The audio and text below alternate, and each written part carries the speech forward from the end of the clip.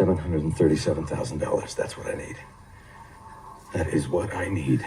How much money do you need to make sure your family is taken care of? According to Walter White, it's $737,000. After being diagnosed with terminal lung cancer and becoming a Michelin star meth chef, Walt decides he needs exactly $737,000 to leave his family financially secure upon his passing. But where did that number come from, and does it actually make sense? This is a video educating you about life insurance. Whether you need it, how much you need, and where to get it from. And don't worry, I'm not trying to sell you anything. As a fee-only financial planner, I help my clients figure out how much life insurance they actually need, guide them through the process just like other advisors do. The key difference is that I don't earn commissions, which means I'm not financially incentivized to sell you a policy or steer you towards one company or another. So let's break down the scene from a financial planning perspective and explore what real-life families can learn from Walter White and help you figure out how much life insurance you might need to protect the people you love without having to cook math.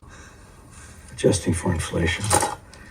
Good state college, adjusting for inflation. Say $45,000 a year, 2 kids, 4 years of college, $360,000. Walt assumes both kids, Walt Jr., who's 16, and Holly, who hasn't been born yet, will go to good state colleges. He estimates $45,000 a year for tuition and living expenses. For 2 kids, 4 years each, that's $360,000.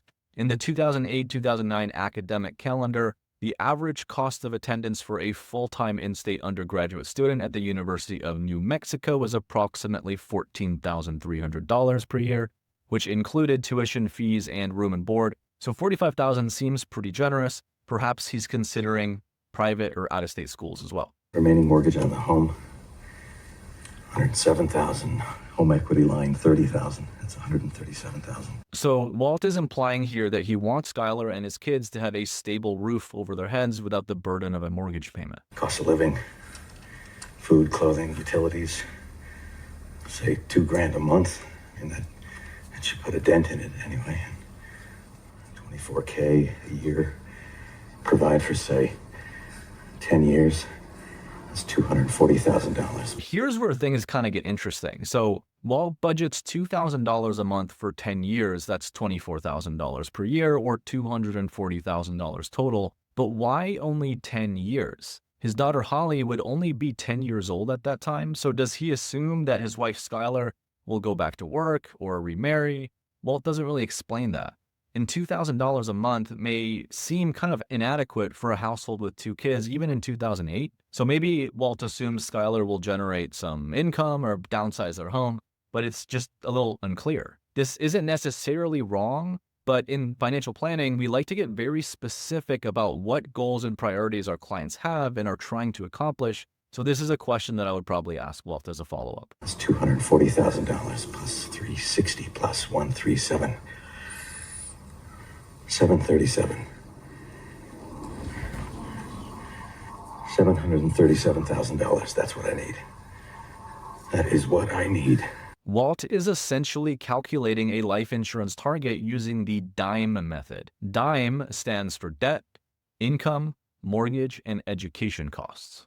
Now, income specifically means replacing a certain number of years. In Walt's case, it's 10 years. Now, there's nothing wrong with the DIME method in itself, but it is a simplified version of the needs-based method, which itemizes all anticipated financial needs your family would face if you died. So that would, of course, include debt, income, mortgage, education, but it would also include funeral costs, childcare, perhaps funding an emergency fund, and funding retirement. A different approach to calculate your life insurance needs is called the human life value method. According to this method, it's how much money you're going to make over your lifetime. First, you calculate your expected annual earnings until retirement, which can be hard to do, especially if your income is going up or down. And then it adjusts it for taxes and personal spending, and then discounts it to the present value. To save you some time, there's a lot of free calculators online to check out. But wait a sec, what if you're not exactly like Walt? Do you still need life insurance, and how much? Ask yourself this one question.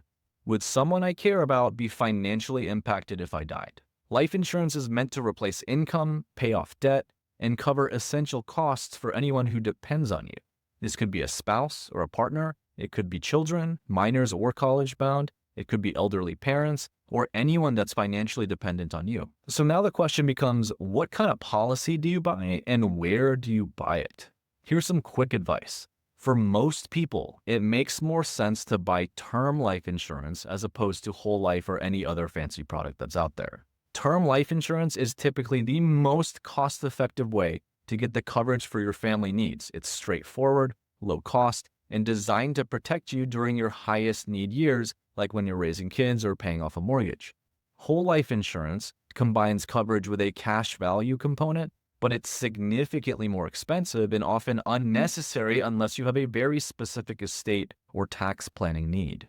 In terms of where to buy it, the key to finding the lowest price isn't where you buy, but which insurer offers you the best rate based on your age, your health, your lifestyle, etc. Marketplaces make it pretty easy to compare quotes quickly, but independent agents can sometimes find better deals for people with unique health profiles. Either way, it does pay to compare a few options before you commit. So again, part of what I do as an independent fee-only financial planner is helping clients figure out how much life insurance they actually need and then guiding them through the right channel to get it. But I don't earn commissions by doing so.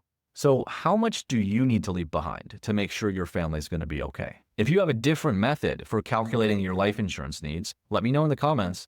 And if you're not sure how to calculate it, that's what financial planners like me are here for, and I'd love the opportunity to support you. Head over to my website to schedule a free consultation, and if you enjoyed this video, make sure to like and subscribe. Thanks so much for watching again. See you next time.